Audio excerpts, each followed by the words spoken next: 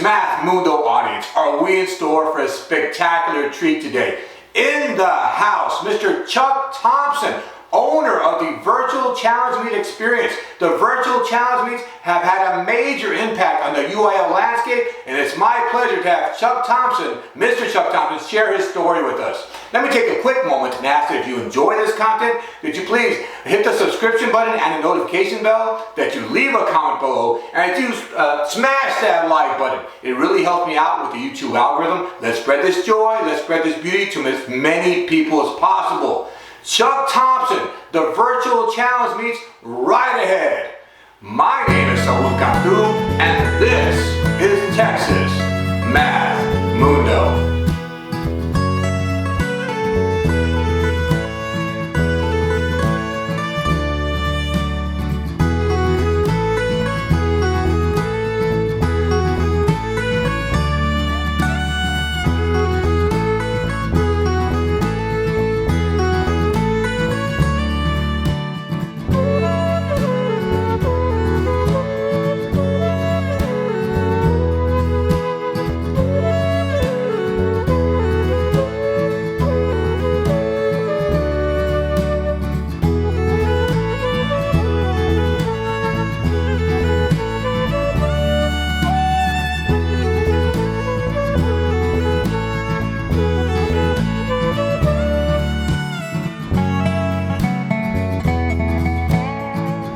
Texas Math Mundo audience, are we in store for a treat today?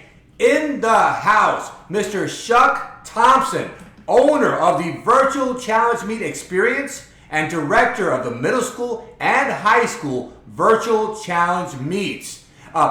In an email from Mr. McCurdy, he said few people have impacted the landscape of UIL as much as Mr. Chuck Thompson. It is my pleasure to have Chuck Thompson aboard. Welcome. Well, thank you. And I appreciate Cliff saying that. He's a legend. So to have him even mention my name is a pretty cool thing. Oh, he's awesome, and he speaks so highly of you, man. Speaks so highly of you, so that's great. Hey, let's ask, how are you doing? What have you been up to nowadays? I'm doing great. I'm retired. I retired from public school in 2018. In 2021, my wife retired from the Regional Service Center where we have been living in the last 20 years, where I'm from, the Wichita Falls area. Oh, okay. Iowa Park, but we're out in the country. And we moved to the whole operation south to 85 acres of family land north of Azle, between Azle and Boyd, if anybody knows where that is. Up at the corner of my screen, there's a picture of a pond. That's actually the pond that's outside my window of my office here. So we've got 85 acres. I'm on the tractor several hours a day mowing and working on the tractor, and we've got deer and turkey that live on the property, and it's a great place to be. Looks like beautiful country. How are the sunsets? I will have a picture of that for you to put if you want to at the end of this thing. They're beautiful. They're beautiful. I bet very they quiet, are. very serene. So we love it out here. We got all of our kids and grandkids right around the area. They're over here all the time, so it's great. Awesome, awesome. That must be heaven for the grandkids. It is. They get to come over and visit all the time. We've got 4 of them in college, and 2 of them still one's in high school, one's in junior high. So we spend our time going to football games and all that kind of thing. So yeah, we do. As a matter of fact, the oldest one is actually living here while she's going to college. So it's great. Awesome, awesome. So, we're going to get deep into the Virtual Challenge Meets and into your UIL story. I do want to ask, where are you from, born and raised, and what's your cultural heritage? Well, I was born in San Antonio. I'm adopted. I was born in San Antonio to a mission home there, and my parents, who are the only parents I've ever known my entire life, got me when I was about 2 weeks old. We grew up in Iowa Park. That's a little town beside Wichita Falls, out in the country, on a 44-acre hay farm. Had great parents. My dad was an engineer at Shepherd Air Force Base. He was a civil engineer and hardest working guy I'd ever known. He would work all day, come home, take about a 30-minute break, and get on the tractor. And did that every day my whole entire life. And so everything I know about work ethic, I learned from my dad. Wow, wow, that sounds like a good solid, And my mom was great. She, her job was to take care of the home for the family and run us everywhere. I have a little sister who's 4 years younger than me, and so I played every sport in high school and was active in a lot of other extracurricular stuff. So my mom that was her job, is to make sure everything ran well at home, and she took a lot of pride in that, And so one thing that my mom and dad both did, and they did this from the time I can remember back in elementary school, is that I had to keep an assignment notebook until I was a 12th grader, all the way till then. I had to have every single teacher of every single class initial my assignment book when I was a senior in high school, because what I had to do, I had to come home, I had to have all of my homework done, I had to have it all checked. My mom did the English and the history, my dad did the science and the math, and if I missed anything, I had to correct it before I could go do anything else I wanted to do. And my dad, like I told you, I'm 30 minutes, he was on a tractor. So if I didn't have it right the first time, I had to wait for him to get back off the tractor to come see that I fixed that one problem that I missed. So what that taught me was do it right the first time. I did. It taught me to be accurate. It taught me to do things correctly the first time, and that served me for my whole life. Wow. So it was a great lesson, and I was so organized, Yeah. And that when I started doing the virtual meets, among other things I've done throughout my life, that organizational ability was one of the foundations of making it successful. So I was gonna. So were you in UIL in high school? How did you first get in touch or involved with UIL? I went to one Number Sense meet, I think maybe two, my whole high school career. My best friend was the smartest guy that I've ever known until I met Cliff and a bunch of other really smart people. Anthony Newberry, another person that you're familiar with. I've been surrounded by just, super intelligent people for the good part of my career. But growing up, my best friend Travis, he was the Number Sense guy, and I wanted to play, but I couldn't beat him in much of anything. But I could stay with him a little bit in Number Sense, so I always kind of liked it. But that was all I did. I was into sports. I was in different clubs and organizations, National Honor Society, doing this and that. But I worked on the farm a lot, so I had to balance a lot of different things. And it wasn't until I finished college and got back into education my first year. I'm sure we'll talk about that in a second. They didn't have a UIL program. It was a little tiny 1A school called Herald, and I went there straight out of college, and they just didn't really have much. And so I said, "Well, I'll do it." And I was already doing. They had I think 110 kids from kindergarten to 12th grade, and I had every single kid in the school at some point during the day in one of my classes. Plus, I was the girls' athletic director, but I took on UIL on top of that because I really enjoyed it.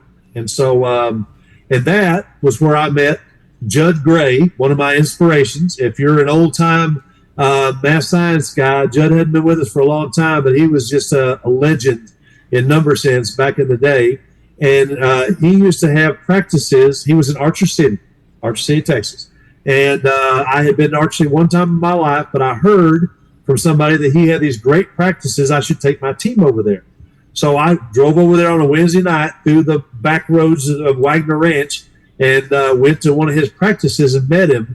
And it was like being able to sit on Tom Landry having a team meeting. It was so cool. And so I thought, so I didn't gain a lot of knowledge from him. I only went over there a few times. But when I left Herald after a year, I was going to go take a job down by the Metroplex. And the day I was going to go leave, I went to Midwestern, and they had a job board, and I noticed that they were looking for a math teacher in Archer City, Texas.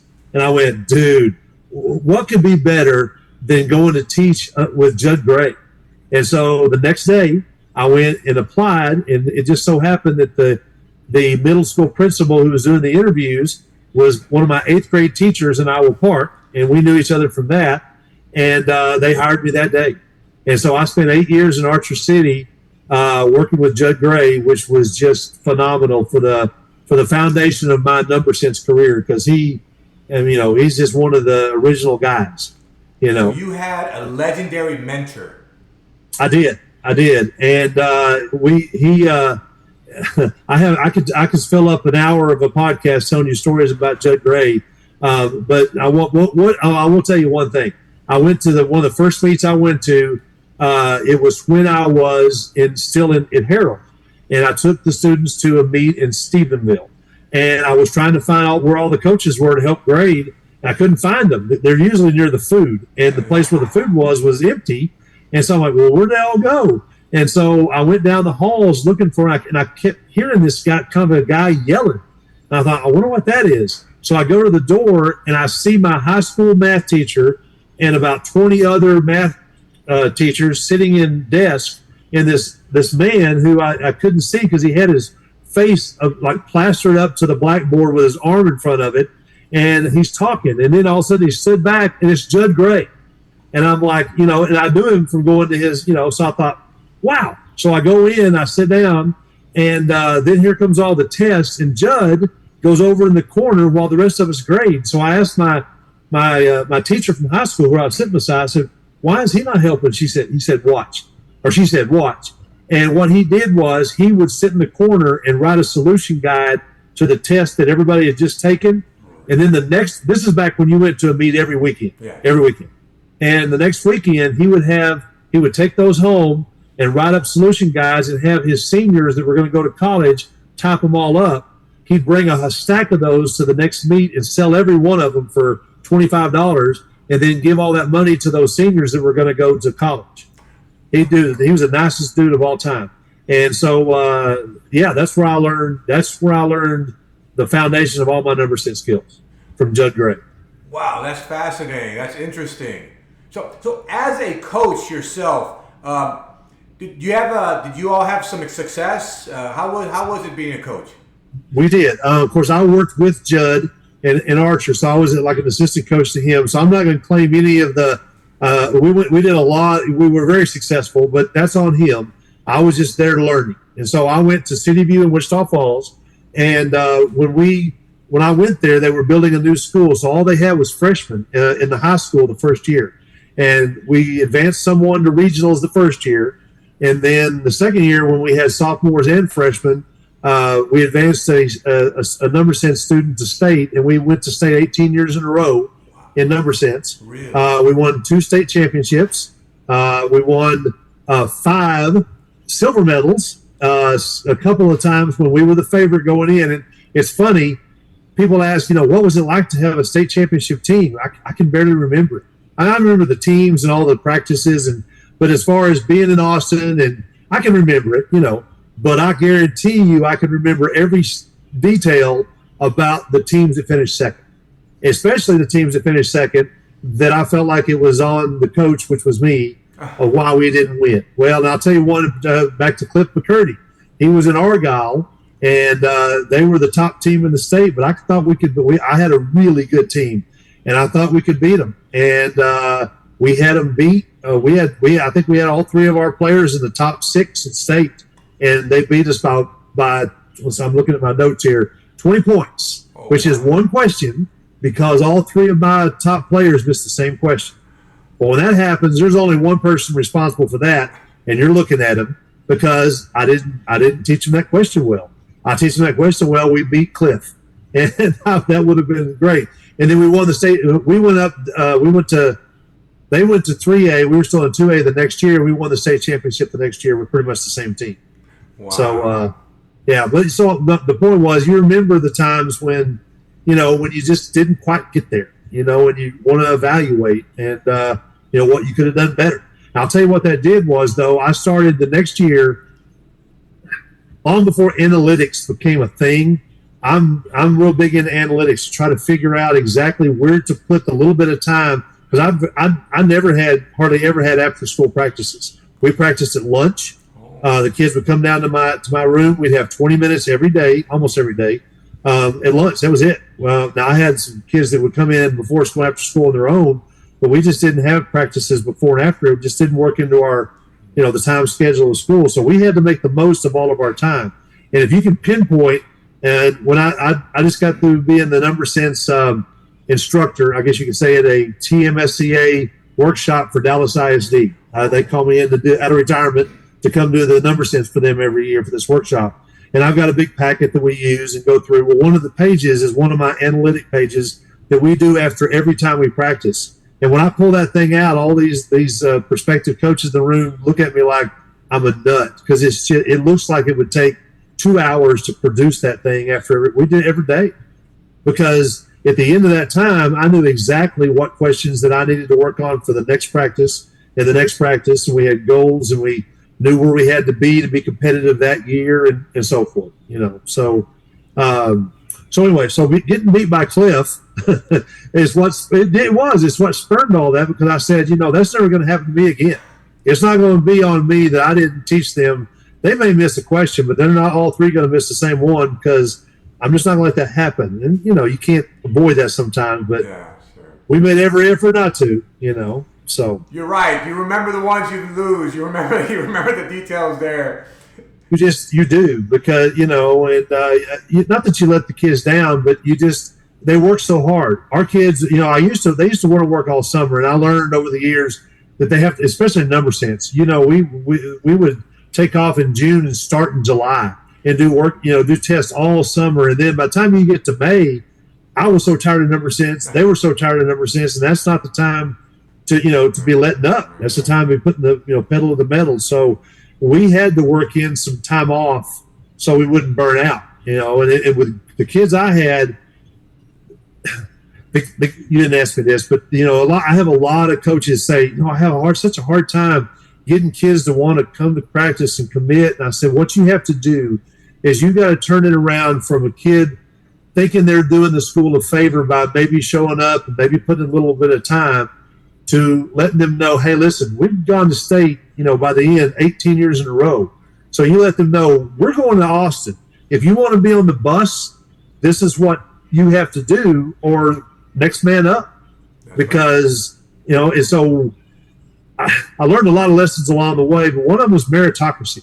I am absolutely not an orange slice of participation trophy guy.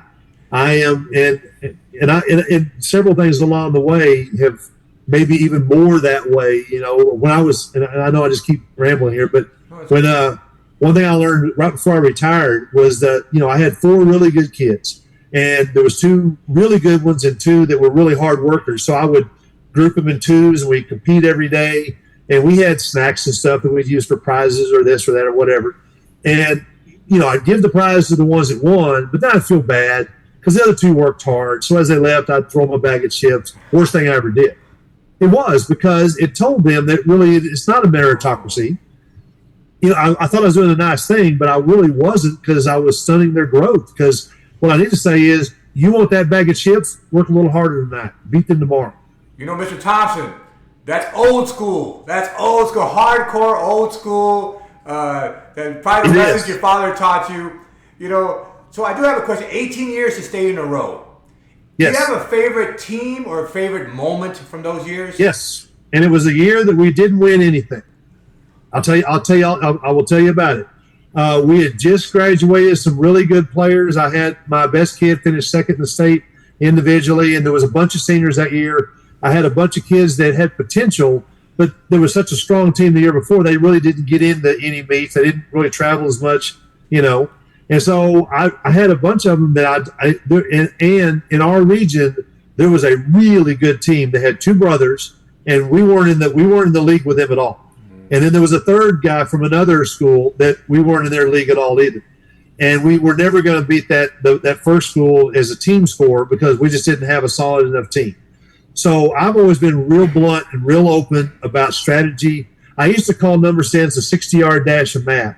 That's not accurate. It's not. It's more like a mile run, because in a 60-yard dash, you're just going full bore the whole time. There's not any strategy really. In a mile run, there's a ton of strategy, because there's the start of the race. Do you want to go out and get a big lead, make everybody chase you? There's the end of the race. Are you a kicker or are you not a kicker? And so number sense is a lot more like that in a short 10-minute time span. So there's a lot of strategy in play that you utilize while you're preparing your team, and it changes from year to year depending on who's on your team and depending on who you're going to play. And I was very in tune with my competition. I would drive to meets out in West Texas, because we're right on the dividing line between Region 1 and Region 2. So sometimes we're in Region 2, we go a little bit east, but mostly we go west. And so I would drive to meets that we weren't even able to go to just to watch and observe and see. Well, not to make this too long of a story, but one of those two brothers won the state championship. His little brother, I think they may have been the same grade, I can't remember, but he was really good too. But occasionally he would have an off day. The other kid never had an off day. And so I just noticed one time going to watch that when somebody else in the room would like turn, flop the page in Number Sense, he'd look up. Well, you don't do that. When we trained in my Number Sense room, I walk around while they're taking tests and I'm knocking over desks, I'm banging on stuff, I'm throwing paper across the table they're working at, making all kinds of noise, squeaking pins, popping pins, and they got to be taught to ignore that, And so anyway, I saw him look up. And so I went back to my kid. I said, listen, and I'm real direct with it. I said, none of y'all are good enough to beat those guys. You're not right now. I've got something I think might work. It's the craziest thing I've ever done as a coach, a Number Sense coach. If you don't want to do it, we'll go down there. We'll finish a nice solid second or third. You might get a medal or a trophy, If that's what you want to do, we're fine, but we're not going to advance anybody to state. Or we could try this. It may not work, but it's our only chance to get somebody in Austin and keep the streak alive. The streak was a big deal. I mean, nobody wanted to be the year that broke the streak, And so unanimously, I barely got out of my mouth. They're like, hey, we want to in. What do we do? I said, we're going to go columns 1, 3, 2. They said, what? I said, we're going to do column 1, and then we're all going to flip after college 1 to the back. You're not going to make a big production. You're not going to slap your paper on the desk or anything, but you're going to flip after column 1. You're going to go individually to where you get to on column 3, and then you're going to very quietly go. You're going to know when you're out of knowledge, and we're going to train so hard on knowing how much time do you need to go back and fill in column 2 and not have to leave anything blank as you normally wouldn't. And it'll either work or it won't. That's our only chance. And they said, we're in. And they were sophomores. One of them did that till he was a senior. He was and they won the state championship. That same group of kids won the state championship when they were seniors, and he was still doing 1, 3, 2 as a senior because he just got so used to it that he was one that was, and I'm trying not to jump from story to story, but let me finish this story. So we go to district and we tried it, and our district was not very strong at Number Sense. So we went 1, 2, 3, 4, but our scores were not very good. And so I came back to him. I said, look, there's potential here, but we're going to have to work our tails off before region, or it's not going to work. And they did. And so we get to region, and I'm watching through the window of the door, and they all finished the first column in 2.5, 3 minutes, and boom, boom, boom, boom. There's 4 flips, and that kid looked up. Every time they flipped, he looked up and got off his rhythm. Now, I would never have done that, but they were going to win the team. He was going to state, whether he finished last or it doesn't matter. They were so strong, nobody's going to beat them. And so it wasn't my best kid. One of my kids edged in and got 3rd place with a pretty decent score and got to state. And you know what he did the next year? He won the state championship the next year as an individual. Went from being a barely kid that barely got there. He won the state championship when he was a junior. And then they won the state championship when they were a senior. So that year, and that turned that kid around because we got to the hotel. He was the only one that went, and he wasn't very good. And he got down to every practice we had before I did. He was ready and focused, and it just changed him on the way that he trained in a positive way. And he became the leader of the team the next 2 years. Can you drop and they were a a great team. What's his name? State champion. Stephen No. He works for I believe he works for NASA right now. Yes. Matter of fact, most of the kids that were successful at state are all working at NASA or some place like that, Google or somewhere, doing a really good job. I do want to say, man, UIL is all about meritocracy. You earn it. At the end of the day, you got to earn it. Well, it has to be, because there's so many things that we don't do that way anymore, that there's got to be something that kids say, you know what, I didn't win, I got beat. I can either roll over and crawl up in the corner in a ball, or I can say, you know what, I'm going to work harder next year and I'm going to beat that guy. And if we give him an award for, trying, he's not going to do that. He's just going to take his award for trying and do nothing, And so that's one thing I think we've lost, is the meritocracy aspect of it. When I would go down to my elementary schools for the last several years of my career before I retired, I would do the awards day. And they knew me as that coach in high school that went to state every year. All the UIL kids did, you know, and that's what there were parents in the audience, and that was the main part of my talk to them was, I'm going to teach you a new word today, meritocracy.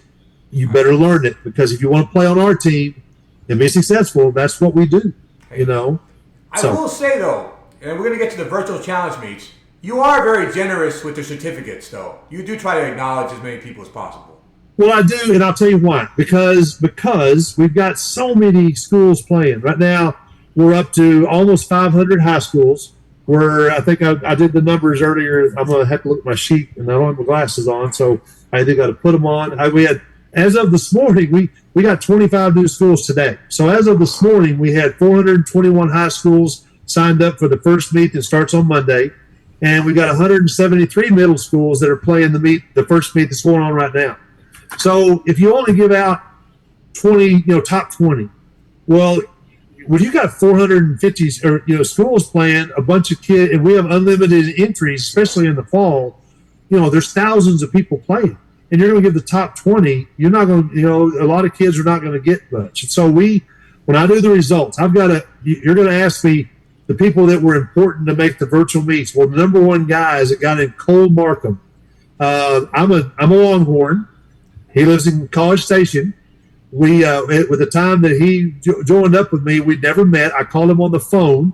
His mom was a vendor that runs Best of Texas. That's his mom. And I called her and we'll get to how this all formulated here in a minute, but I gone through several unsuccessful ways to get what was in my brain to be something we could actually do.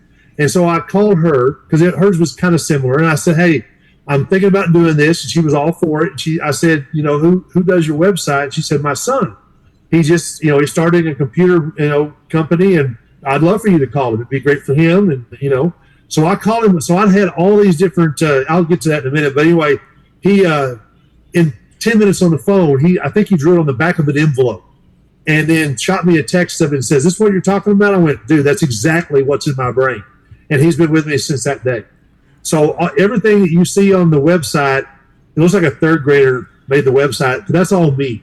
That's me putting stuff on there. Every word on there I wrote, or whatever. But all of the behind the scenes is all Cole, and it makes it all run. So truly, like Mr. McCurry said, what an outstanding impact you've had on the UIL landscape. The numbers are incredible. What were the numbers last year? Well, it's on our little slide there. That's not. I got to put my glasses on. You're just going to have to bear with me here on this. No problem. There we go. And I know these numbers. I want to be accurate. Last year, we had 485 high schools. We had 170 middle schools. Together, they posted 37,349 scores. And yes, I have the comma in the right place. 37,000 scores. And that's why, and when you said earlier about giving so many awards, and I tell people, I say, you don't have to give all the awards out that I send you. If you don't want to give out awards past the top 20, that's entirely up to you. But here's what you tell them. You tell them you got a freshman who can't play with the seniors that are competing, even in their own class. We have an overall division. Then we have one for each classification. And then we have grade level competition. Okay, that way, if you've got a freshman who's not ready for prime time yet, they're competing against other freshmen of that same size. So you go to your freshman who scored substantially. If in the overall division they might have finished 500th place. But first of all, you say, well, that's out of 2,000 kids, so that's not bad. Secondly, you say, let's go look at the your real competition here, either at your size of school or at your grade level, and look at there. Out of 300 kids, you finished 31st. Now, is it still 31st? Yes, but it's out of 300 or 400 kids. So to do that, I've got to be consistent when I do, and I'll Cole installed I used to do all the awards by hand in the library. I had literally actual certificates that I put their names on, and I put stars on them, and I'd go spend an hour and a half and $300 at the post office mailing them out to everybody. And when the explosion in West, do you remember that happening in West Texas? Not West Texas, but West, the town of West. They're famous for their kolaches. So we would go through West on I-35 on our way to state every year. Well, they had a grain elevator explode, and it blew up a section of the school. I think the elementary school. One of the walls blew off of it. Anyway, it was on the news as we were preparing to go to Region. And all of my math science kids were watching the news report of it. And they said, hey, that's where we stopped to get kolaches. What the heck? Can we do something to help them? And so I called up. By that time, we had about 200 schools playing the virtual meets. And we had schools sending money to Send to West to help them out with their stuff, And so after that, I went to my website guy. I said, is there any way for you to build some sort of a certificate generator that will look at the results from the tabulator and be able to produce certificates? And he said, I got a guy, And so he went to one of his friends who specializes in that. And for the cost of paying for the postage of one meet, now I can generate unlimited certificates, and you get them the next day, not 2 weeks later when I finally get them done, and you just print them off on cardstock, and boom, instant gratification for your kids. So that was a huge step we did along the way to award the kids for their hard work. Awesome. You know what's outstanding? The percentages of the state finalists that participate in the virtual challenge meets. It goes up every year, and obviously because the parent, more. If people ask me, well, is it because is it because your stuff makes teams better, or is it because the really good teams value your stuff? I don't care. I think it's both. I mean, I do. I think it's both. Like, you got a combination of the more schools that play, the better they get. Because what I tell my test writers, and you're going to ask me about my test writers soon, but their number one objective above all others, nothing else is close, is to emulate the UIL state test writers and then the state tests in depth, difficulty, and design. That's the 3 Ds that we look at. We want to get so close to the number sense test that Larry White has got to put his glasses, like my glasses, on to see if it's the test he wrote or if it's the test that my test writer wrote. Because having our own brand, what good is that? You're training for the UIL state test writer. You're playing a man-to-man match with Larry White when you take that number sense test. Why would you go and take other people's tests? He didn't write those. It's not bad practice. I mean, mine are not written by Larry White, but that's our goal, is to get so close to him that you feel like you are taking a Larry White test, not just somebody else's test. Now, I'll tell you when I learned that. I used to teach SAT prep. I used to teach an SAT prep class, and there's two things you always buy. You buy the Princeton Review because it's their questions, so I don't really like the questions, but they had good explanations for each of the answers, and you got that. I would also buy the College Board book, no explanations at all, but they were the actual SAT test and ACT test that the kids had taken previously. So a combination of the exact test and then the book that had a good solution guide was a real good combination. So I always remembered that, that I want as close to the real thing as I could make it, not my thing, Oh, absolutely. So I know I spoke to one of your test writers, Anthony Newberry. So where do you get these tests from? Well, Anthony Newberry, just by the way, two things about Anthony Newberry since you asked. I graded his 400 number sense test when he was a seventh grader whenever he was a seventh grader, a long time ago. And then of course, he's seventh grader, so I didn't know him. I mean, I knew who he was, but we weren't friends or anything. And then, along the way, when he got into education, we became friends again. I actually knew his older brother, who was a sports director for the newspaper. And so anyways, I've known Anthony a long time. And I'm going to tell you this, and somebody who's watching this video may challenge this, but this is what I believe. If we took the best 100 number sense coaches in the state of Texas and put them in an auditorium and put a $100 bill up for the winner and said, we're all going to actually take a number sense test, just pull a random one out of the drawer, most of the people who know what they're talking about would look around and they see Anthony Newberry and say, I'm going to go run and get lunch because there's not any point, because he can take a random test out of a drawer, finish it in about 6 minutes and miss one. Hey, my money's on him. My money's on him too. And it's funny, he used to proof for me, and watching him take a number sense test, you would think he's asleep because he's like a machine. Just you watch him proof a math test, and it's like you can't get within 10 feet of him because you might get hit with an arm, a fork, whatever he's got going on, because it's just a flailing mass of knowledge. It's kind of funny. But anyway, go ahead. You know what's going to be interesting as a side note, I think he's at a new school this year. I think he's at Seminole. It's going to be interesting to see how they develop this year. It's going to be very interesting, and I was a huge proponent for him going there. I think he's going to do a great job. They've got a diamond in the rough. Is what they've got. It's not real rough. Everybody knows who he is, and we worked really well together. I'll tell you why, because he is so smart and he sees numbers so well, and so we would in our schools, Hershey and Wichita Falls, and in my school, we were 5 minutes from each other. So we did a bunch of practice meets just of his stuff that he would write before I ever did the virtual meets. And then when we did the virtual meets, we would all three, us and Iowa Park, which is real close too.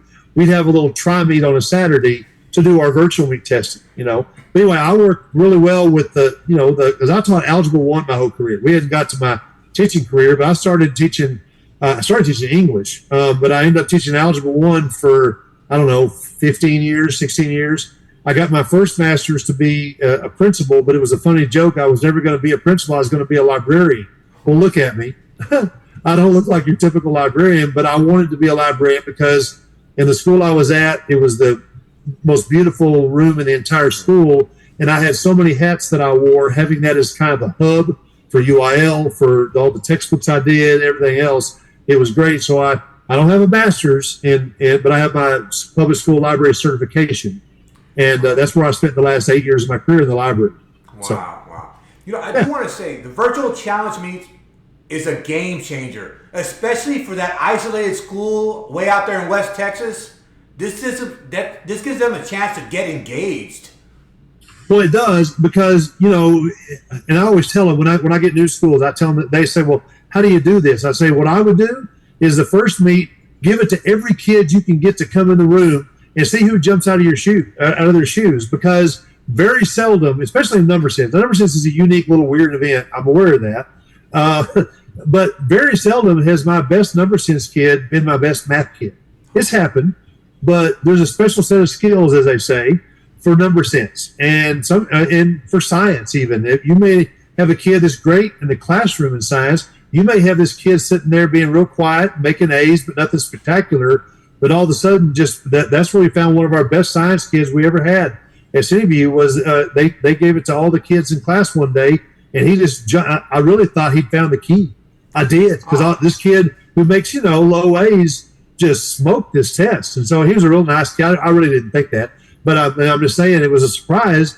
And then 2 or 3 more tests later of him doing the same thing, he became our star science kid, and he would never have been involved had we not done that. He would never have got on the bus to go somewhere to a meet, and I never would have known to invite him. And it's expensive for the cost of the whole season ticket for the virtual meets. Not to get too much in the weeds with the virtual meets, but that's how I priced it originally. I wanted to, and it's morphed a bunch along the way, but from the very beginning, we haven't gone up in prices since the day I started it in 2012. Not a penny, not a single penny, because I want to make it affordable so that basically you're spending for a whole season of meets what it would cost you to take one group of kids to one conventional meet. And the virtual challenge meets absolutely do not take the place of traveling to a school, having to learn how to get your gear together, be on the bus on time, get there to a school, know how to go to the practice room, know how to focus before your event, sit down beside somebody that you can just tell when you sit down it's fixing to smoke you, and you're going to have to handle that. It doesn't take the place of that, but it fills in the gaps in an inexpensive way and in a competitive way where the coaches, if they use it right, can really tell what they got to work with. Oh, absolutely. Our school is part of the virtual challenge meets because it's such a good deal. And it's not just the STEM events. It's all those written events that you offer. Right. So, it's a perfect deal. I mean, you make a good point about actually going to a physical tournament. There's no replacement for that. But this virtual challenge meet, man, it's a good deal, man. Well, I appreciate it. And like I said, and unlike your cable company or your electric company who want to lure you in with a low price, and once you get where you really need them, they want to raise your prices up. I go the opposite. I pay for loyalty. When you play for 1 year, you get $100 off of the season ticket forever.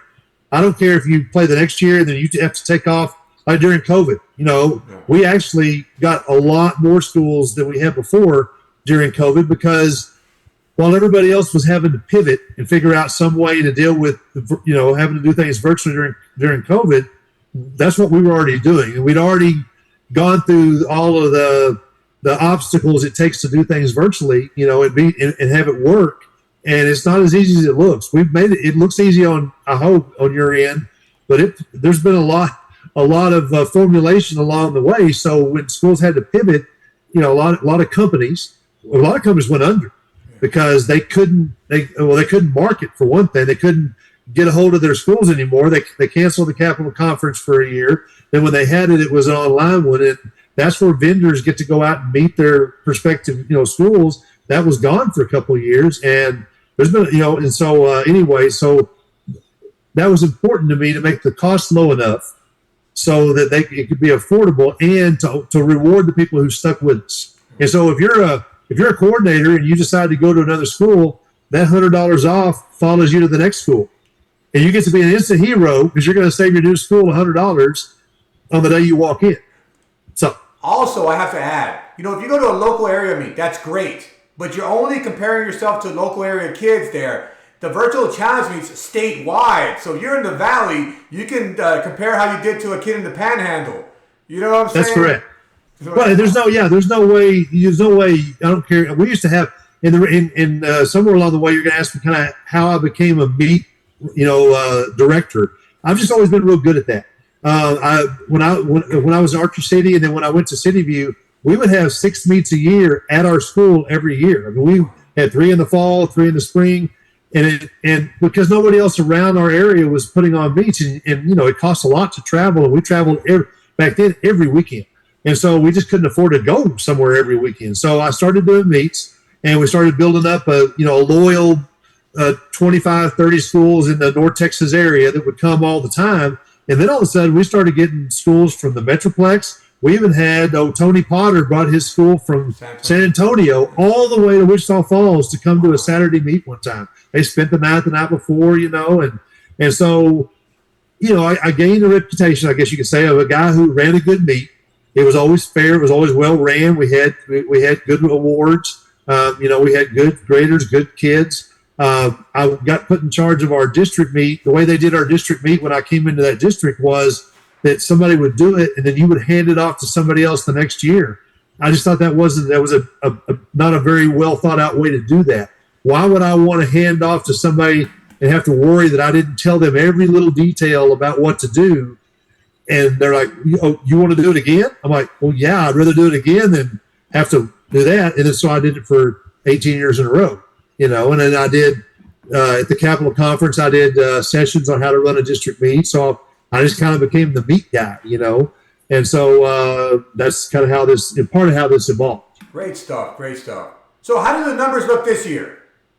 Well, they look great. Right now, like I said, right now we have, I think the number here is on the page 421 this morning.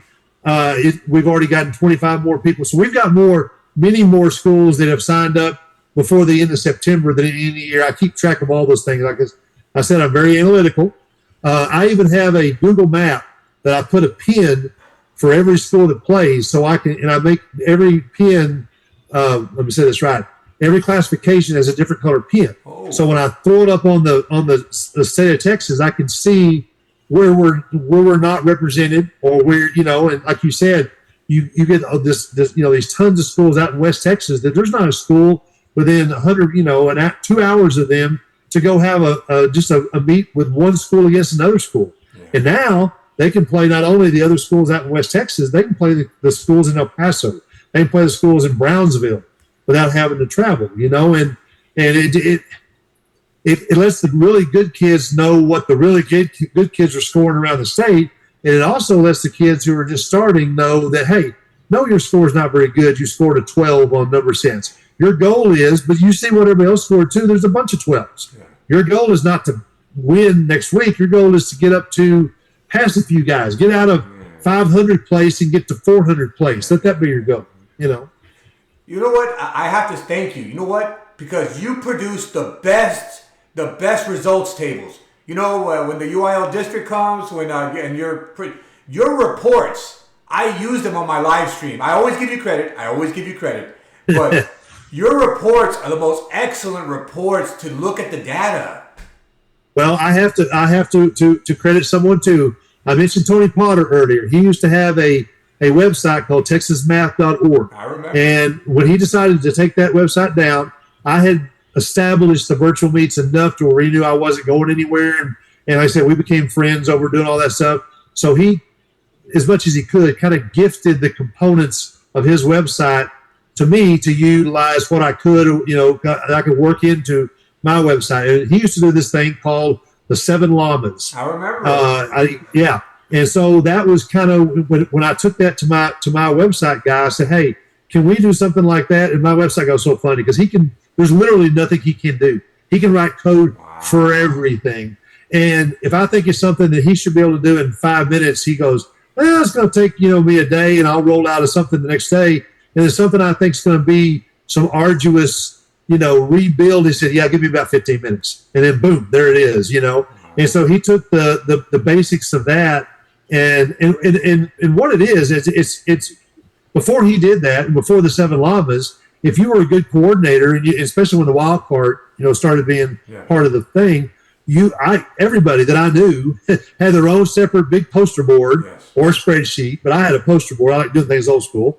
And as results would come in from the different districts over the 2-week period, years ago, you would start logging them in to see. And as soon as since I was a district meet director, as soon as my second place team in an event got beat by some other second place team and was eliminated for the wild card, I would call them or email them and say, hey, listen, sorry, you got knocked out of the wild card today. So they wouldn't all have to do that. That way everybody started depending on me to do it, because why be redundant and everybody do it, individually.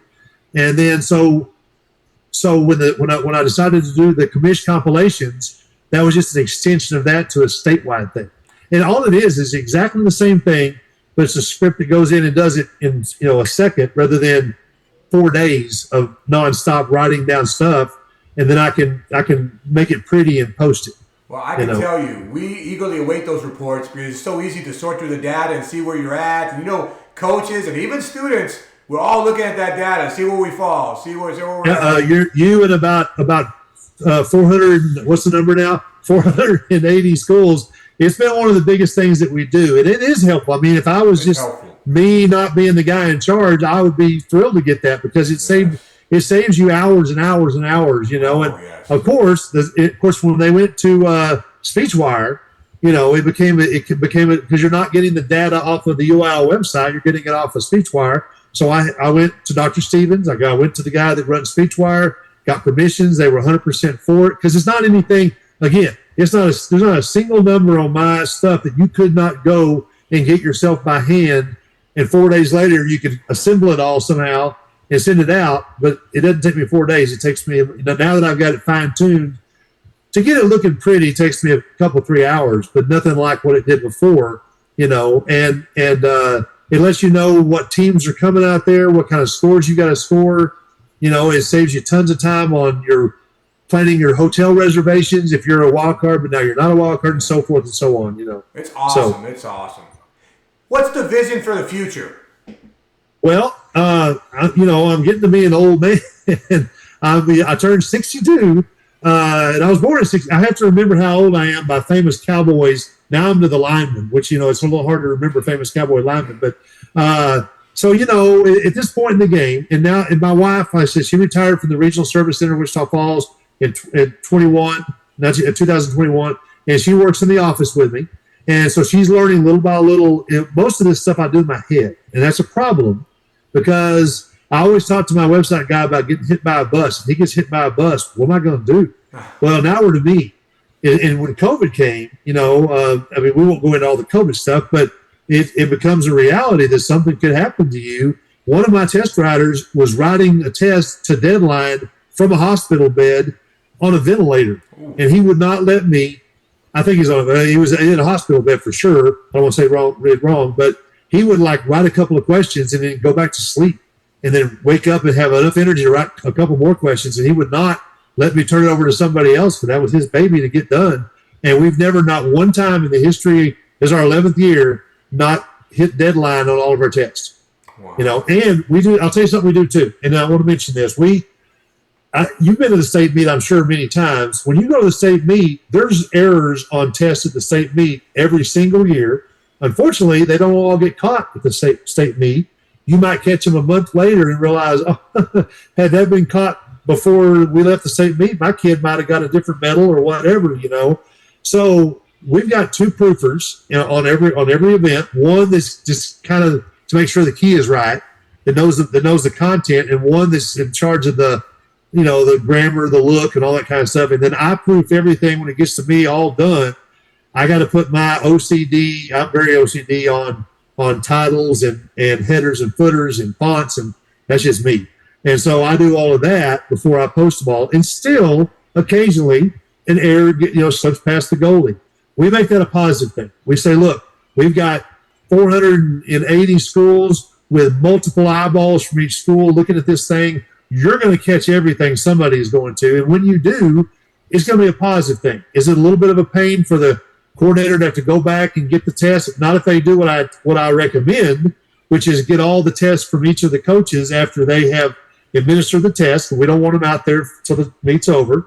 They keep them in a folder at their desk, and then if something happens and we've got to report a correction, it's a 3-minute process. You go to your desk, you pull it out, you look and see if that affected the score, you fix the scores, boom, you're done. It's a nothing.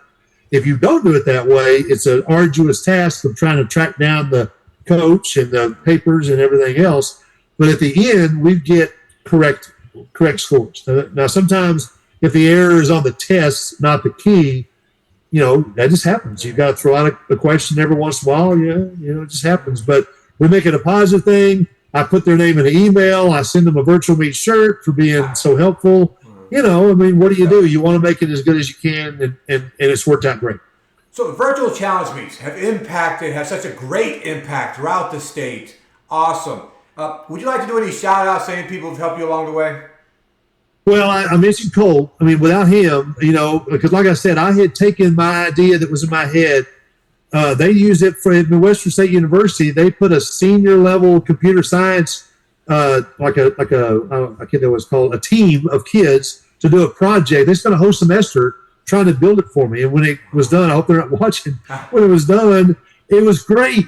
And I put it in a drawer and never used it because it wasn't as usable for me on my end, and at the same time usable for all the coaches on their end easily. So it had to be an interface that was simple, because I always tell the coordinators, I was you for almost 30 years. Yeah, I was running from thing to thing to thing to thing all day long, every day, almost 7 days a week. I don't have time to go through some sort of a interface that is, it's not intuitive and it's not simple and quick and easy. So it's got to be time efficient, and it's got to be accurate. So when we built this thing, we made sure we put in a bunch of fail safes. Like we've got a little icon below each meet. It looks like a printer. The best thing we ever added, because before that, you just put your scores in and it went into some black hole and you hoped it got to me. And if it didn't, now multiple times throughout the meet, you can see exactly what you put in. If you spelled a kid's name wrong, if you got their grade wrong, if you got their score wrong, you fix all that before the end of the meet, and then boom, it's all correct. Because once I end the meet, I can't go back and unring the bell after I've sent out literally thousands of pages of results and certificates. That's just one of the things. So, so my website guy, Cole Markham, that's his name. And so he was great.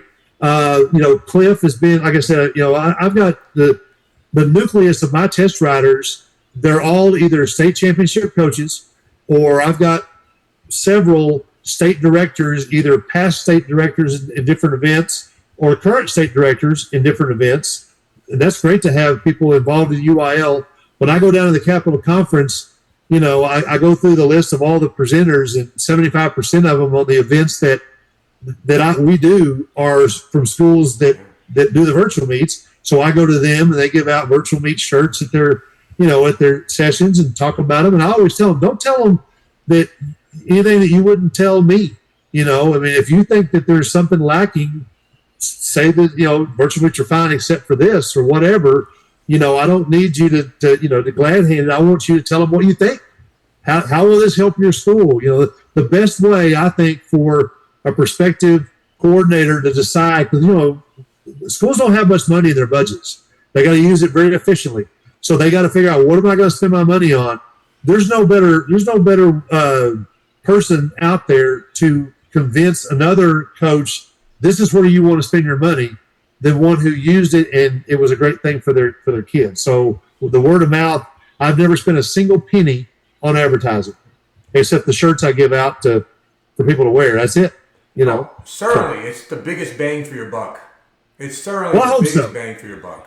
And I always tell, I say, every newbie that I got, that's why I call the new schools newbies. I say, one of your responsibilities for me, because a lot of times I'll give them a little like commission discount or this or that. I said, but for that, here's what you got to do for me. I said, the reason this thing has been so successful is because I like people say, oh, your thing is great. Oh, your thing is great. That's fine. I mean, everybody likes to hear that. I want to know what's not great. What is, if I say this is intuitive and it's not intuitive, your job as a newbie, because everybody else has already figured it out by now, they can do it.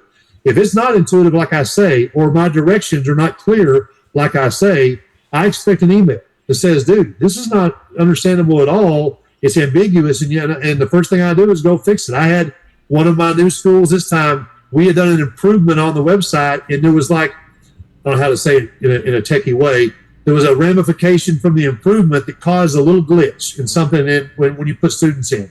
Well, it's not the way most people put them in, so we didn't even know till one of my new schools said, hey, I was putting in some students, and when I put in another student, it would just take the place of the previous student. Well, that's not supposed to work that way. So I go to my website guy, and 2 hours later, boom, it's fixed. If I don't have people willing to tell me what needs to be better, we can't make the whole experience better, and I want that. I got you. So, Mr. Thompson, a lifetime in UIL, a lifetime in UIL. The young students that cross this interview, you got any advice for them? Well, okay. So the advice for the kids is get involved. You find some event. But believe it or not, my second favorite event of all of the UIL events, you'll never guess it, dictionary skills. I love dictionary skills. I can coach dictionary skills like nobody's business. What I do, and we didn't talk about the slivers, and I won't go down a rabbit hole with the slivers, but what I've been doing since I became a number sense coach is I take a number sense test, and I've tried to do it digitally once spreadsheets were the thing. I can't do it because the information is too wide sideways. I don't know how else to say it. I got to have more right in front of my brain where I can see it all. So I take, right now there's, Larry White writes 10 tests a year for UIL. Okay. Some of them go through TMSCA, as you know, but he writes 10 tests. So he got a 10 test, log of what he's going to do that year. I've assembled a sliver book every year since he's been doing the test. And what that is, we as a team, mostly me, because it's really, it takes me, when I go to the Dallas workshop, I tell them I've got tons of materials that I've developed over the years, various things. I'll give you every one of them for free, just because I want number sense to be a cool thing in your school, whatever, except one. I will not give you my slivers books because I spent not hours, tens and tens and tens of hours each year assembling that, because I take the test. I use scissors and Scotch tape and this little page I've developed, and I chop out each question into a sliver. So 10 tests, 80 questions, 800 slivers, and I reorganize them by topic, and I build these pages. So we build our own number sense book every year, and that's what we train with. So by the time we get to regional, we've got everything but the state test that he's ever asked for the whole year. So it's not this vast mathematical universe they've got to think they know. We know exactly what he's asked us. And so if you've got a question that's been asked, there's been 9 tests to that point, 7 out of 9 times, and you got a question that's been asked 2 out of 9 times, and you only have so many minutes in a day or whatever, which one are you going to focus on with your kids? And so the last thing I tell my kids, I've been doing it for almost my whole career, the last thing I tell them as they walk in the door, I said, I get half of it out of my mouth, they repeat it back to me, I say it so often. If you don't know it, and they all say, they don't know it. That's what I tell them every time. I say, there's nobody that's taking more tests than you in that room. I don't care who they are. And if you get to a problem that you don't recognize, you don't even blink. You skip it and you move, because if you don't know it, they don't know it. Let them spend 30 seconds figuring it out on game day while we get 4 more questions right in the same amount of time. I don't even know what your question was that started that long. That's good stuff. So, how do you get a hold of that sliver book?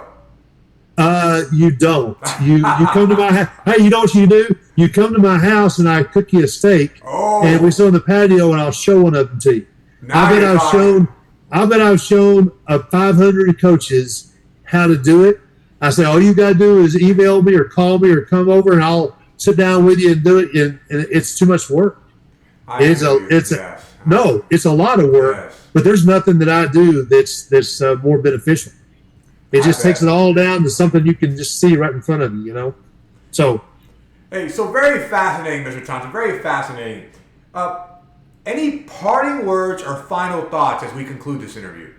Well, we were back to you asked me what I would get your word of wisdom to the kids. Yes. It would be to get involved. And I was telling you about dictionary skills. I went and slivered because I had to coach a whole bunch of different things. We're a small school. We don't have very many coaches. You have lots of athletic coaches who some of them try, but they're so busy being athletic coaches, very seldom do they have time to put into academics what you need them to because they're busy being athletic. And that's fine. I get that. So I would sliver every new event that I kind of had to take over to see if there was something there. And I won't go into a rabbit hole at all with dictionary skills, but it's a fun, it really, I love to coach it. So the point of that is, if you're a kid, pick some event that you've never done before and go try it. And if you don't like it, say, okay, that's not me. Go pick a different event. And you may find something that you never thought you would like me with dictionary skills, that I would love it. I mean, I took every practice we ever had with dictionary skill, I took the test with them because it was fun. I don't do crosswords. I'll pull out an old dictionary skills test and a dictionary because it's a speed test is what it is. And I do that to stay sharp because I'm getting old and I got to stay sharp. So that's what I would tell kids is try different events, and if you just can't find one that you like, then you can't find one you like. But don't just assume just because you're not the top student in your class that you can't find an event that would be good for you. That's what I would say to prospective kids. Great parting thought. Very few things, if anything, has impacted the UIL landscape like the virtual challenge meets. You've done outstanding work, making an incredible impact for the kids across the state. I can't tell you how much I applaud your efforts. Now, let me tell you, you mentioned about having a steak so I can get some insight on your sliver book. I'm of the same mindset. If you're ever in Houston, I know some good taquerias, man. You're ever in Houston, my neck of the woods, give me a call. I'm in the same mindset. We'll go get something to eat and enjoy some UIL talk. If I ever come to Houston, which you never know, I will throw a slivers book in the back of the car just in case, so I can show it to you. You bet. Yeah. Now I want to say one more thing. We watch a lot of those shows like Shark Tank and the various shows about entrepreneurs. I don't know if I consider myself an entrepreneur. I think I maybe am because I've done little smaller things along the way like this. Nothing as big as this. But I'm going to tell you, there's a couple of things and when I came to where we live now, I lived in Wichita Falls for so long. I had I'm going to use the word guy. It could be a guy or a girl, but I had a person for every aspect of my life. If I had something go out or I needed knowledge in this or something done, I had one person that I could call, that I could trust. I knew they'd take care of me. They were good at what they did. And so now I'm having to assemble new people here. So as we built our house here and all of our stuff at our place. And as we had new younger people, especially that were at the stage where they were thinking about going off on their own and starting their own company or whatever, whether they wanted it or not, they got some words of advice from me. And one of them was that the skill set that you need to be a good plumber is not the same skill set you need to have a successful company. I've never paid someone to do my taxes in my entire life till I turned this into an LLC and I got an accountant.